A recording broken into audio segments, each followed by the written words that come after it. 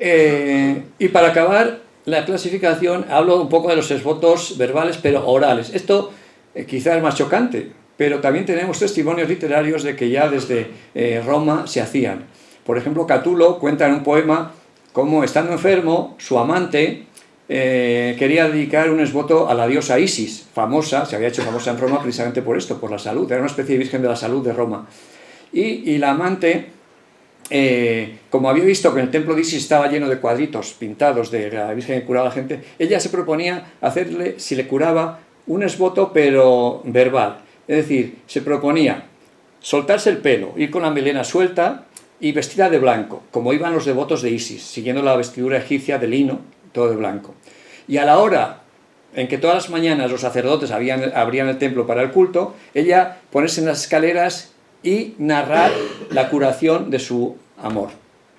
Es un exvoto oral. Pero aquí tenemos un ejemplo gráfico también en esta viñeta de las cantigas, porque es el famoso milagro de Marisaltos, de Segovia, que la historia es muy sencilla. Marisaltos, que es como se la conoce popularmente, es un nombre adaptado luego popularmente, era una mujer judía de la aljama de Segovia, pero que se quería hacer cristiana. Y los judíos se enteraron, lo llevaron muy mal y la tiraron por las peñas donde estaba la Virgen, ahí el santuario de la Virgen de la Fuencisla, allá abajo de Segovia, ¿no? La tiraron, la despeñaron. Pero la Virgen la recogió con sus manos y la depositó tranquilamente en el suelo. Y ella, aquí la vemos, que está contando el milagro en una iglesia, allí, en la iglesia, está contando un milagro a la gente que se ha reunido. Esto era una costumbre, parece ser muy frecuente, porque en ciertas historias de santuarios he podido documentar que se hacía, incluso aquí en Valladolid, de la Virgen esta de los ingleses y demás, había uno que tocaba las campanas anunciando el milagro de que se había curado y que había llevado las muletas allí y demás. Es decir, que era bastante frecuente que la gente diera noticia de las curaciones, estas más o menos sorprendentes, milagrosas, etc. Bueno, yo descubrí esto en el año 86, haciendo con un grupo de estudiantes de mi instituto, haciendo unas encuestas en Tordesillas, porque un buen señor nos dice, pues os voy a contar una cosa que me pasó a mí. Y empieza, Virgen de la Guía, exvoto. Dice, Virgen Santa de la Guía. La Virgen de la Guía es la patrona de Tordesillas, las fiestas se hace, creo, en la Virgen de Septiembre, ¿no? Virgen Santa de la Guía, por ser tan sencilla y pura, yo te quiero con locura. Y antes de que a la calle salgas, es decir, se supone esto se hacía cuando iba a comenzar la procesión. En la fiesta solemne, la misa mayor, cuando sale la procesión, pues él se planta allí delante de todo el mundo, la gente hace corro y él lo recita. Y antes que a la calle salgas, con todos en procesión, escucha con atención mis palabras tan sinceras, que te las digo de veras con todo mi corazón. Quiso el destino o la suerte que enfermo en cama cayera, por eso yo vengo a verte, por eso estoy a tu vera, no a pedirte, a agradecerte el que hace 10 años viste bien cerquita de la muerte. Ese soy yo, Donato García Sanz, natural de Tordesillas, que tenemos muy presente a la Virgen de la Guía. Bueno, luego me enteré que en Tierra de Campos había más gente que hacía, incluso había alguien que creo que hacía estas coplas y las donaba o las vendía, porque me contó una persona que... Y es decir, que este tipo de exvotos sea más frecuente. También me enteré que en Valdejimena, lo cuenta que fue párroco de allí, era frecuente que el día de la fiesta acudieran a veces grupos de gentes de algún pueblo con alguien que se había salvado de una enfermedad grave y tal, y hiciera un rito parecido, es decir, que llevaba preparadas unas coplas o un parlamento y delante de la Virgen, pues acompañado de algunos familiares, amigos y demás, pues en voz alta hacía el recitado de esas coplas o exponía su suceso, su milagro, ¿no? Es decir, que este tipo de exvotos, que han sido más difíciles de documentar, lógicamente, pero bueno, parece ser que fueron bastante más frecuentes de lo que hemos podido llegar a conocer. Un poco, pues bueno, conocíamos eso, por ejemplo, las tradiciones antiguas de esto, y el de Marisaltos de Segovia, que es muy conocido, pero el que perviviera hasta ahora, pues, o por lo menos hasta el siglo XX, pues... junto a los exvotos hay un tipo de cuadros que se ven en muchos santuarios que a veces se han confundido con ellos. Yo los denomino en el estudio milagros o cuadros de santuario, siguiendo la denominación que dio un profesor de arte de la universidad de aquí, que proponía llamar los cuadros de santuario, porque la gente popularmente los llamaba milagros, pero los confundía con los esvotos. Y realmente no lo son, porque son cuadros encargados por una cofradía o por un párroco, es decir, por el propio santuario, y no una ofrenda particular. Normalmente lo que se hacía era, se recogía una serie de milagros particulares por escrito, porque desde el Concilio de Trento, como decía, se hizo obligatorio, y luego se encargaba a algún pintor que lo hiciera. Por ejemplo, esto es la Catedral Vieja de Salamanca. Como la Catedral Vieja de Salamanca es una maravilla tan grande, pues la mayoría de la gente no se fija en esos cuadros. Son pinturas murales que hay en la nave del Evangelio. Pero es que antaño, enfrente, estaba el altar del Cristo de las Batallas, que ahora no está ahí, porque está en el altar mayor de la Catedral Nueva. Estaba aquí. Y estos cuadros están dedicados a milagros que había hecho el Cristo de las Batallas de Salamanca. Entonces, vemos que son una serie de escenas. Cada una es un milagro distinto, no tiene nada que ver uno con otro, y todos ellos los pintó un pintor de Salamanca, Sánchez de Velasco, conocido, un pintor de los que había en las provincias, quizá no es que fuera famoso, pero bueno, era estimable, ¿no? Y se conocen además los documentos, porque el cabildo luego parece que le regateó el pago y hubo pleito y no sé qué, y se conservan los documentos y se sabe que lo pintó, pues hacia el año 1616 consiguió cobrar por fin las pinturas, ¿no? Hay otros santuarios famosos en Castilla y León que también tienen colecciones de este tipo. Todas son colecciones un poco estandarizadas, diríamos, una serie de cuadros muy parecidos. Por ejemplo, el santuario de San Juan de Ortega tiene una buena colección de milagros, aparte de los que se reflejan en el túmulo del santo, que son del siglo XV, estos son posteriores, son ya del siglo XVII y demás. O en la ermita de San Amaro, que es muy poco conocida en Burgos, porque San Amaro es un santo muy extraño, que es burgalés de adopción, un santo peregrino, pero que sin embargo en la iglesia burgalesa no figura como santo. Yo nunca lo he entendido muy bien, pero bueno, alguien supongo que lo habrá estudiado quizá. La historia dice que es que volvía en peregrinación y se murió ahí. Bueno, se quedó primero en el Hospital del Rey, porque está al lado del Hospital del Rey, la ermita. Se quedó allí ayudando a los peregrinos y luego murió y está su tumba ahí. Y luego están los cuadros a todo alrededor. Antaño había también pequeños esbotos de otro tipo, de cera y no sé qué, allí amontonados, pero los limpiaron y me dijeron que los habían almacenado en las huelgas. Creo que los tenían por ahí en algún cobertizo por allí, porque quedaba feo y así quedaba más elegante, ¿no? Hay historias de estas muy bonitas. Por ejemplo, en muchos santuarios hay una serie de historias que cuentan lo que se llama la invención de la imagen. Destaco esta porque es una de las más curiosas, la de la Virgen de Alconada de Ampudia, porque en estos dos cuadros el estado es un poco malo y luego las fotos pues tienen brillos y demás, pero bueno, en aquella podemos ver cómo se supone que esta Virgen estaba en Arconada, en el pueblo de Arconada, pero yo creo que hay una paronomasia, es decir, una confusión de nombres, Arconada, tal, que tal. Bueno, pues se supone que la Virgen estaba allí, pero había un caballero malvado que se la quería llevar para él.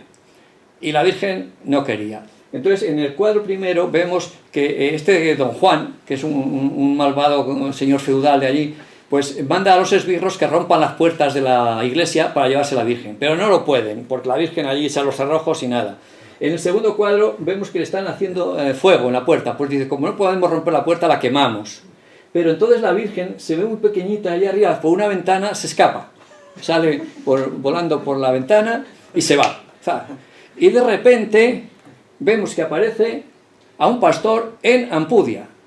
Allí vemos al pastor arrodillado y la Virgen que se le ha aparecido. Es uno de estos cuadros en que se conjugan varias escenas, se narra, porque el pastor ya ha ido al pueblo, ha dado parte, y vemos que al mismo tiempo ahí aparece una procesión de hombres vestidos de negro, que son las autoridades y demás, que vienen a comprobar si efectivamente es la Virgen la que se ha aparecido al pastor o el pastor le está contando una trola. Y en el último cuadro vemos que el tal don Juan era duro de mollera y no quería ceder. Entonces va al obispo y les pone pleito a los de Ampudia para llevarse la Virgen. Y el obispo le da la razón. Y ya la tiene cargada en un carro, vemos ahí. Pero los bueyes revientan, vemos que las tripas de un buey salen por ahí, por abajo. Los bueyes revientan y la Virgen no se mueve. Entonces ya don Juan, ya ante eso, pues el hombre se convierte, lo vemos que aquí ya pone las manos en oración y se convierte en devoto de la Virgen y se queda en Ampudia. en un monasterio que está en las afueras, en un vallecito, donde se puede ver actualmente y se conservan unos cuantos esvotos.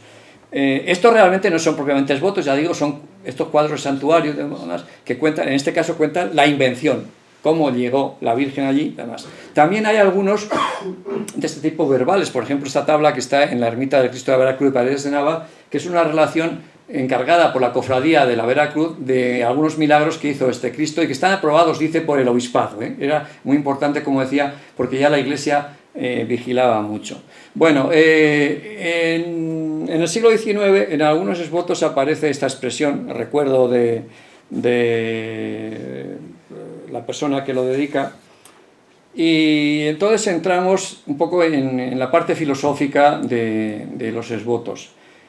Un recuerdo es memoria, pero también puede ser un objeto que se da a alguien para que nos recuerde, como un regalo, ¿no? Y efectivamente la memoria está al fondo de todo esto. Hay un libro de Nietzsche, La genealogía de la moral, que para los antropólogos es muy importante porque es quizá, hoy día se piensa que es más importante incluso que muchos de antropólogos de esa época, del siglo XIX, porque nos habla de cosas fundamentales sobre el origen de la sociedad humana. El comienzo justo de la parte segunda es esa frase que está ahí: criar un animal al que le sea lícito hacer promesas. ¿No es este el auténtico problema del hombre? Es decir, el hombre pasa de ser primate, por ahí más o menos silvestre y más, pasa a ser humano, es decir, social, cuando aprende a hacer promesas. Es decir, él dice, llevando la contraria a las teorías ilustradas de Rousseau y demás, de que la sociedad tiene su origen en un contrato social, que hoy día se cree generalmente que no tienen verosimilitud, él piensa, como hoy día se piensa más, por lo menos desde el punto de vista de la antropología, que la sociedad nace del sentido moral, y que el sentido moral es un sentido que se va desarrollando en el hombre incluso a partir de los primates, porque los primates ya tienen un cierto sentido moral, y luego, lógicamente, muy evolucionado en el ser humano. Y uno de los puntos es este. Sigue diciendo Nietzsche, sin capacidad, lógicamente, habla de que el hombre, al hacer una promesa, a veces se deja llevar por esa capacidad de olvido que nos puede hacer la vida más fácil, porque él mismo dice, sin capacidad de olvido no puede haber ninguna felicidad, ninguna jovialidad, ninguna esperanza, ningún orgullo, ningún presente, porque la memoria a veces es dura de sobrellevar, ¿no? Esto me recuerda el dicho popular este de que para ser feliz hay que tener una cosa buena y una mala, ¿no? Buena salud y mala memoria. Bueno, esto es un tema ya que viene del pasado, ¿no? Como la memoria... Pero lógicamente Nietzsche se plantea que de todas formas, si el hombre fuera un animal olvidadizo, no cumpliría sus promesas, ¿no? Ya en las Saturnales de Macrobio, en las que está inspirado este grabado del sueño de Polífilo, aparece este juego entre el presente, el pasado y el futuro. El presente está representado por un león, el león fuerte del presente, porque el presente es lo que nos da realmente la felicidad, la bienaventura en la vida.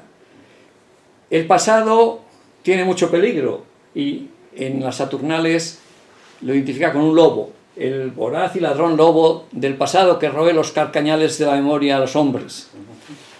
Y aparece, en este grabado aparece efectivamente con un lobo que enseña los dientes. El futuro es un perro un poco estúpido, dice, que nos domestica con la esperanza, porque la esperanza del futuro siempre nos hace, en el fondo, ser optimistas, ¿no? Este grabado luego se inspiró Tiziano en este famoso cuadro, que está en la National Gallery, que, bueno, más o menos los animales son los mismos y demás, ¿no? Lógicamente Nietzsche insiste en esto, es decir, ese animal olvidadizo no puede olvidarse, porque ha creado también la facultad contraria, que es la memoria. Esa memoria que dice que la capacidad de olvido queda en suspenso. Y este es el origen de la responsabilidad. La responsabilidad, que es la base de la vida social. El tener palabra, que se decía popularmente, o que a veces todavía se dice, aunque hoy día ya estamos en un momento en que sí, podemos cambiar de opinión, pero una cosa es tener palabra y otra cosa es eso, ¿no? O prometer ya sabiendo que uno no va a cumplir. Por tanto, aquí se implican una serie de temas filosóficos. Como decía al principio, la reciprocidad es un poco la base de esta religión, el Tao Te, que decíamos esto. Y ya los estudiosos de los primates, uno de ellos es Frans de Waal, que justo ha muerto este año, a comienzos de año, gran primatólogo holandés, decía que la reciprocidad implica la confianza, la memoria, la gratitud y los compromisos adquiridos. Y también la gratitud, el agradecimiento, porque el esboto no se entiende sin esto, ¿no? En todas las cosmogonías antiguas que vemos en las mitologías existe un mundo informe, el del mundo del caos, y un mundo ordenado, el mundo de la cultura, que los dioses nos conceden para que podamos vivir.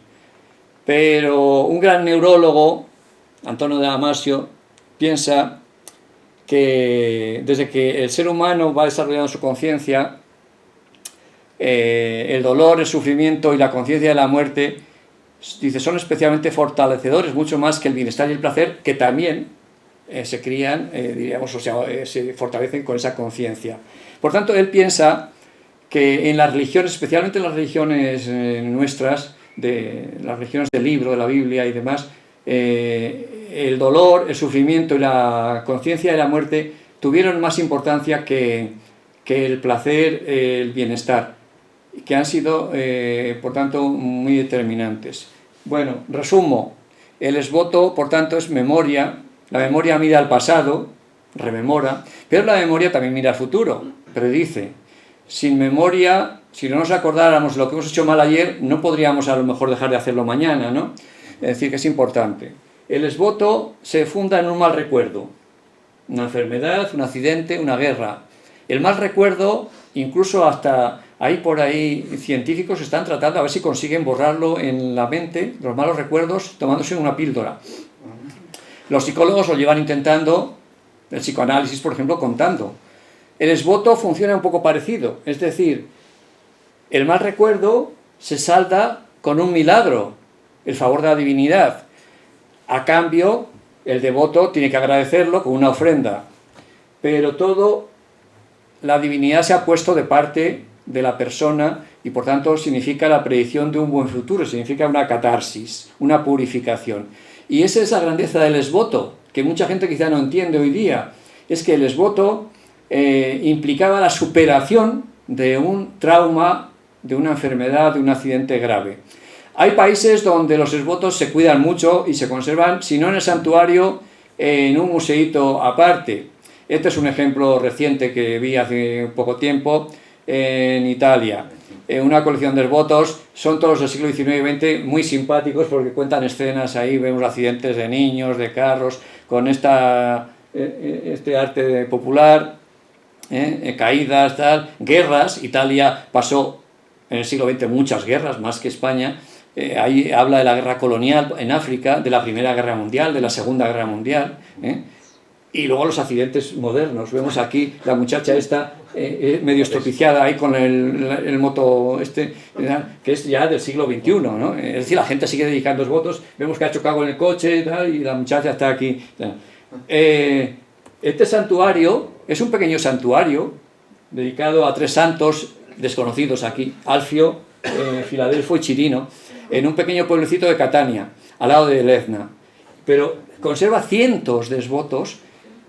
Y estos son solo los pictóricos, porque luego hay muchísimos de cera, vestidos, una romería monumental, cantidad de gente que acude. Es decir, que también el conservar esto, aunque sea como museo, fomenta el que la gente siga acudiendo allí y que el santuario siga vivo.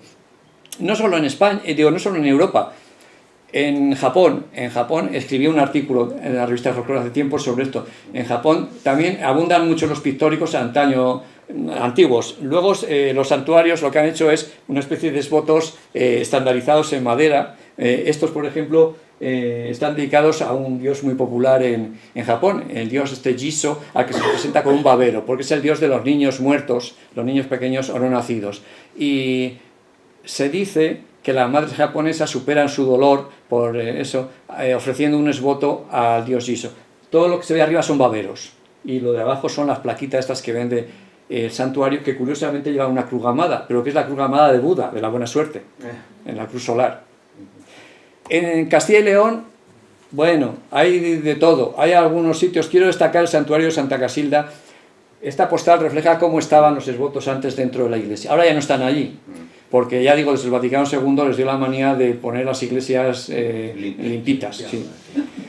Pero bueno, se conservan en un edificio anejo, como una especie de museo, se pueden ver, y eso hace también que la gente siga llevando esbotos modernos. Estos de aquí son también de algunos ya de finales del siglo XX o del siglo XXI, de gente, incluso algunos de gallegos, de gente del norte, relacionados con el nacimiento de los niños. Es parte de nuestro patrimonio, pero también, además de eso, es, como digo, parte de nuestro ser humano y social, relacionado con el arte de hacer promesas, de ser responsables, etc.